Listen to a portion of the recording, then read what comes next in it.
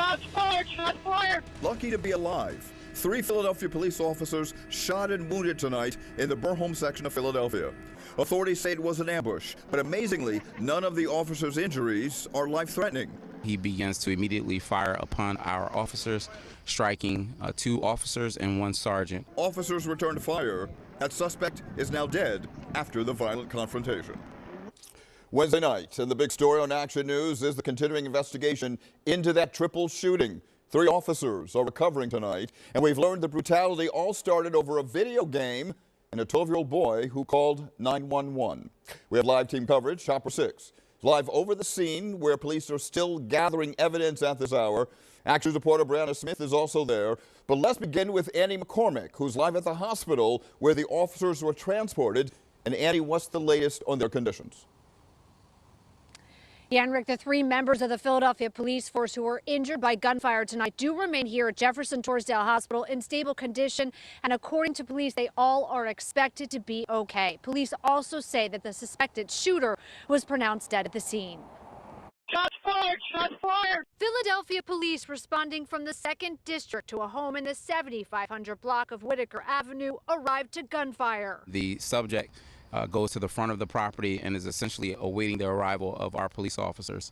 When officers arrive, he begins to immediately fire upon our officers. A Philadelphia police sergeant was shot in the hand and 2 officers were shot in the leg. Police say 2 of the officers struck by gunfire returned fire, and a 3rd responding officer who was not hit by gunfire also discharged their weapon. I noticed the door is still inside that location. The shootout stated his dad shot his uncle 2 times. The 911 call came from a juvenile in the home reporting his father shot his uncle following an argument over video games. The uncle was taken to a local hospital. The suspected shooter was pronounced dead at the scene.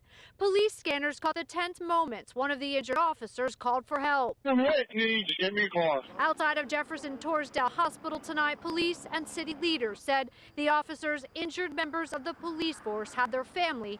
You see 4 police officers were shot back home in that incident, but it's been crazy for the last couple weeks or so in Philadelphia with a lot of police officers getting shot. So just last night, while 2 police officers was going to work at the airport, some young kids were stealing cars. And 2 police officers were shot, 1 was murdered. Let's check this out and I'll come right back. Check this out. We're interrupting the fantastic sports show with some breaking news right now. Our law enforcement sources confirming that 2 Philadelphia police officers were just shot at Philadelphia International Airport.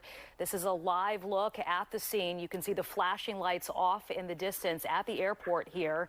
The shooter, we're told, crashed through an airport terminal garage to get away driving a black SUV. So they are still out there tonight. Let's bring in Steve Keeley now. And Steve, one of the officers' guns was also stolen. Can you just break down how all of this unfolded tonight?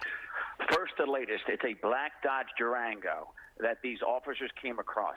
There's more than one person in it because an 18-year-old was just dropped off by this Durango at Children's Hospital and just pronounced dead, shot probably by the Philadelphia police officers. So police are now at the hospital trying to get video to get a license plate and any more view of the driver and anybody else in this black Dodge Durango. One officer high up the chain says maybe these officers came across somebody. Well, it was about 11 o'clock at PHL last night, Terminal D garage, and we just saw that procession leave here, carrying the remains of that fallen officer up to Givnish Funeral Home.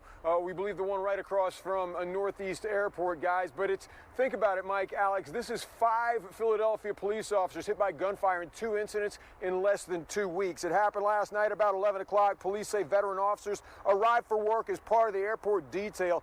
As they parked and got out, they spotted suspicious activity, did their jobs, responded to it. Here is what Philadelphia Police Interim Commissioner John Stanford told us at Presbyterian Hospital a short while ago. The officers approach and to essentially interrupt or disrupt and investigate what's going on.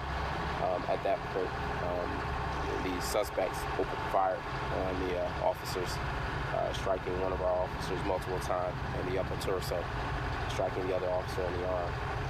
Both officers were transported to originally Methodist Hospital, and then one officer was transported here, and The other officer was transported to Jefferson at 11:34 p.m. The officer transported here was pronounced.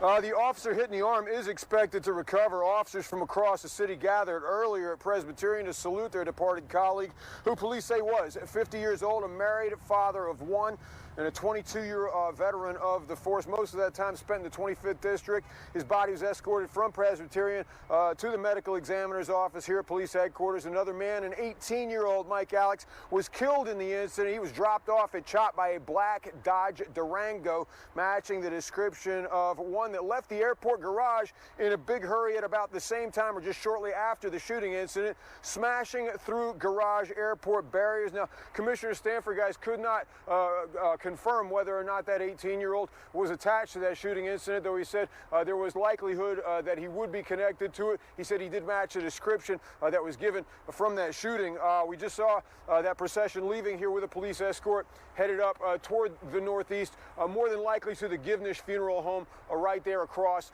from Northeast Airport, guys, and we'll be following them up there all morning. Guys? Yes, we're looking at that procession again now. This is a live shot from our helicopter as they head toward the funeral home. So as you can see, an 18-year-old was shot. He was dropped off at Children's Hospital. But there's been a lot of incidents going on with police shootings and young men, young black men. The one shooting, they were Asians. But the city is on fire, man. We're approaching 400 homicides in the city this year again. We need resources in Philadelphia, man, for these inner city youth, man.